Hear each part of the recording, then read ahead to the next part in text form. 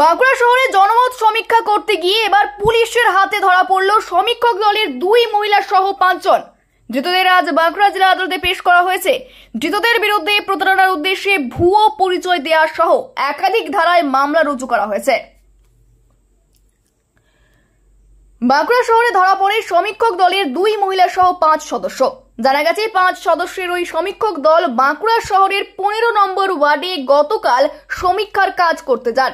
বিষয়টি নজরে পড়তেই তৃণমূলের স্থানীয় ওয়ার্ড কমিটির সম্পাদক তড়িঘড়ি ঘটনাটি বাঁকুড়া সদর থানায় জানান। এরপরই ওই 5 জনকে গ্রেপ্তার করে বাঁকুড়া সদর থানার পুলিশ। আজ ধৃতদের বাঁকুড়া জেলা আদালতে পেশ করে পুলিশ। পুলিশ সূত্রে জানা গেছে ধৃতদের মধ্যে একজনের বাড়ি পূর্ব বর্ধমান জেলার শক্তিগড়ে, বাকিদের বাড়ি বাঁকুড়া জেলায়। ধৃতদের দাবি তারা একটি বেসরকারি সমীক্ষক সংস্থার কর্মী হিসেবে বাঁকুড়া শহরের ওই ওয়ার্ডে কাজে গিয়েছিলেন। সেখানেই তাদের গ্রেপ্তার করা হয়েছে। তাদের বিরুদ্ধে সঠিক কি অভিযোগ রয়েছে তা জানেন না বলেও জানিয়েছেন ধৃতরা।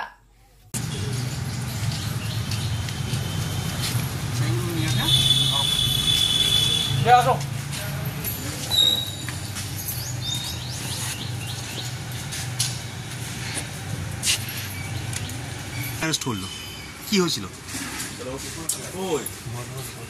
কি হয়েছিল? অ্যাকচুয়ালি একটা ওপিনিয়ন পোল করার জন্য কাজ করছিলাম, ঠিক আছে? হ্যাঁ। তো কাজ এখনো স্টার্ট হয়নি, ওনার সাথে পারমিশন নেওয়ার জন্য গেছিলাম। কার কাছে? 15 নম্বর ওয়ার্ডের কাউন্সিলর, 15 নম্বর ওয়ার্ডে যিনি আছেন বাপি চক্রবর্তী নাকি, ওনার সাথে কথা বলতে গেছিলাম যে আপনার এলাকাতে কাজ করবো, একটু পারমিশন দিলে ভালো হয়। কিসের কাজ? ওপিনিয়ন পোল, মানুষের জনমত সমীক্ষা যেটা বলা হয়। আপনারা কোথা থেকে এসেছেন? আমাদের এটা ডিফারেন্স হচ্ছে একটা কোম্পানি, ঠিক আছে, রিসার্চ অর্গানাইজেশন। আমাদের বাড়ি হচ্ছে সোনামুখ। তাহলে পুলিশ কেন অ্যারেস্ট করলো আপনাদের? সেটা আমরা এখন বলতে পারছি। কি নাম আপনার? আপনার নাম? নাম বলতে পারছি।